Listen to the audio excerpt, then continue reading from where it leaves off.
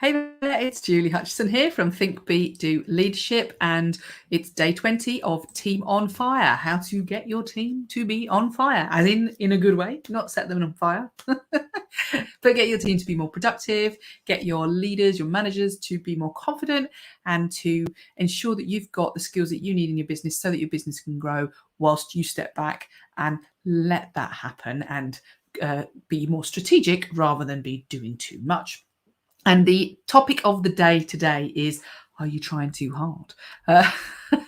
I find this is something that people put themselves under pressure to try to help their team members and growing. And leaders are always saying, oh well, I'm telling them what to do, and I want to explore that, because sometimes we're trying so hard that we kind of mess it up. We disable them instead of enable them. So what's that all about today? So we're trying to give them the confidence to make good decisions and do the right thing without having to keep coming and knocking on our door. And that means that they need a level of confidence and capability such that they know what's right and they know how to do it and they have the skills and capability to do it, doesn't it? Yeah. But sometimes when we are trying to transfer our knowledge to people, it doesn't really go quite like that. We don't transfer the confidence. We might transfer a bit of knowledge, but we don't transfer confidence and ability to make good decisions.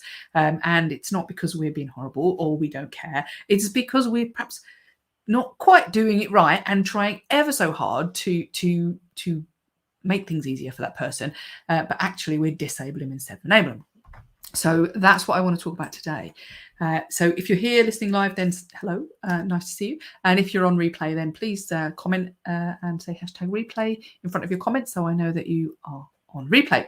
So the reason why I wanted to talk about this is because I had a client that was the most lovely client, who was an operations director who was getting in the way, really, and was really fed up with the amount of work that he was having to do, with the constant knocking on his door, because he never got anything finished or done of the things that he should be doing.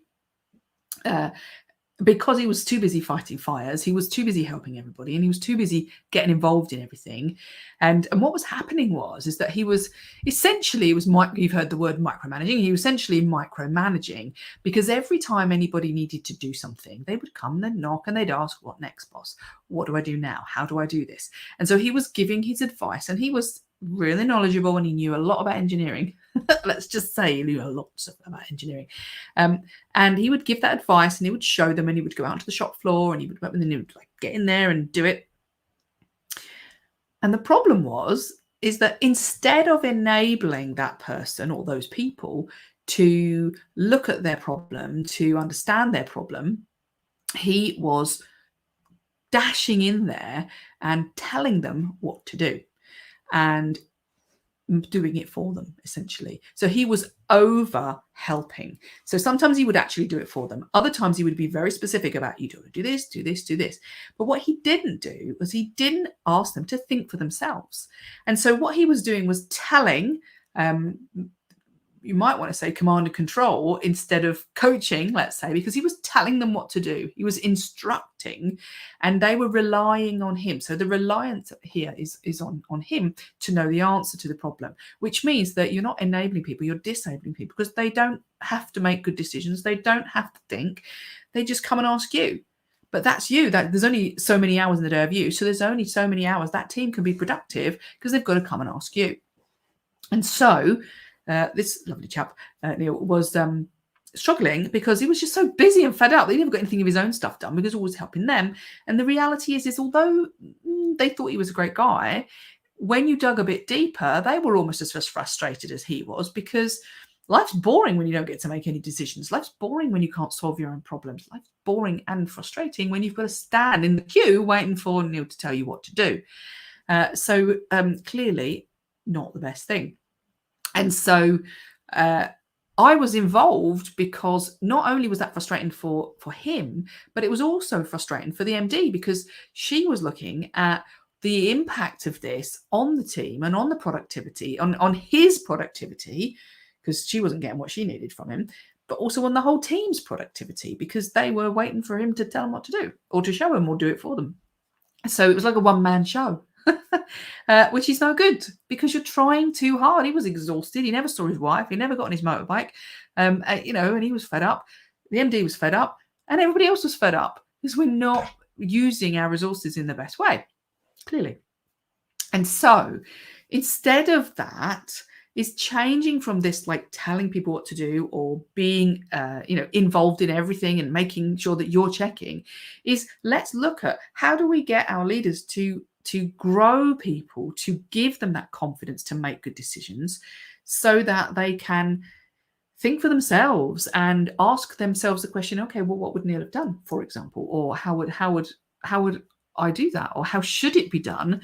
And think a little bit so that they start to get a confidence in just looking at the problem and problem solving it for themselves. Now, you might say that's a bit tricky because you can't do that if you're not used to it. And you're right, because if you've undermined people for long enough, they haven't got a clue what to do. So they don't have the confidence to do it. Then they don't have the skill because they've not done it. And therefore, it's a vicious circle. So we need to step in and be different ourselves if we want them to behave differently. So we need to change this telling people what to do, this command and control, to a coaching way of helping people. I just need a drink. Hang on. Okay, so what do we do? Well, imagine it on a scale, and there's always time to tell. There's always something that you just need to tell somebody. I totally get that. We're not coaching in those situations. But what it is like it's a sliding scale of how much input you have. So if you're telling or you're doing it for them, dare I say, the input that you have is high and the input they have is low. The decision making they have is low and the decision making you have is high. And in coaching, we're kind of like tipping it on its head because we're saying, no, let them think, let them input, and we will facilitate that and we will guide. We will ask good questions rather than giving good answers. And there's the change that makes life easier for you and easier for them in the long run. Now, they may not think it's easier in the short term because obviously you've just told them what to do. They don't have to think. It's nice and easy, and they're dumbed down a little bit in a way. So at first they might find this a little bit like, oh, scary, because you're stepping back, and they're like, oh, what's happened to Bob? Bob, why aren't you telling me the answer anymore? Why aren't you doing this for me? Why aren't you standing over my shoulder and making sure I do it all right? We're going to change that. So there is a period of change. But if you swap this around and ask good questions like, what do you think you could do? Instead of telling them every time and jumping in every time and trusting them to have a go and having their back if they're going to make a choice, they're going to make a decision, have their back for them. If they make a good decision, a well thought out decision, but it doesn't go right, don't jump on them and then start doing it all for yourself because how dare they make a mistake. We've got to change that. We've got to believe in them. We've got to show them that it's okay. Because it's only when it's okay to make a mistake will they try. Make sense? So we need to change this, the way we show up, stop telling them what to do, stop looking over the shoulder and start to show them how to think for themselves. So you may need to work with them. And I say it's like, instead of I do, you want to go to they do. But in between that, to get there, you have to do the we do. Okay? So we have to go I do, we do, they do. So we're moving through. Otherwise, if you just go, they do, and go, it's all yours, then it's all over. They're going to make a lot of mistakes and you're going to be very frustrated. So what we're doing here is we're transferring the responsibility and the autonomy to people by supporting them through coaching, which is supporting them from the I do to the we do and then to the they do. So you steadily step out. You show them how to think, how to understand that. You ask them good questions so they start to get confidence and they're making decisions with you around or with you there so that you are like, yeah, that looks good, or you're guiding them, but you're not doing it for them. You're stepping back and giving them every opportunity to say, when they say, what should I do? You can say, what do you think you should do? And help them. If they say, well, I'm not sure, but it could be like this, say, great decision. And you can add this on. So you're stepping in less and less and less as they start to get more and more confident. And when you do that, then you've got a set of confident people who are not going to knock on your door anymore, who are not going to be chasing you, waiting for you to make a decision, because they can make them themselves in the style of you. If you coach them well, that they get that understanding of, this is how you would have done it. I'm going to do it similarly. Or this is how you would have thought about it. I'm going to think about it similarly, or I might even think about it better. But they're going to come to you when they've done it, or they're going to come to you when they've made a decision, but they haven't quite, and they want to check in. But what they're not going to do is they're not going to knock on your door and wait for you to tell them what to do, which is far better, isn't it? So you're trying less, but you're achieving more. So sometimes we need to take the responsibility of ourselves and give that back to those people, give that back to the people who are in the team, and allow them to grow. And then we can step back and we can get on the things that we need to. Okay, I hope that's been of help to you. If it has, and you think that's a great idea, but you're asking, yes, but Julie, how do I do that?